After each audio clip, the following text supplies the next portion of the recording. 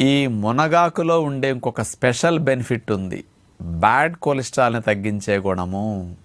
LDL cholesterol, low density lipoprotein అంటారు LDL. ఇది పేరుకునే గుణం ఉంటుంది. ఆ లో డెన్సిటీ వల్ల రక్తనాళాల గోడల్లో పేరుకుని, చూడండి అంచులమ్మట ఎట్లా పేరుకునుందో కొలెస్ట్రాల్. ఈ పేరుకుని రక్తనాళాల్లో పూడికల వల్ల రక్తనాళాల్లో రక్త ప్రసరణకు ఆటంకం కలుగుతుంది.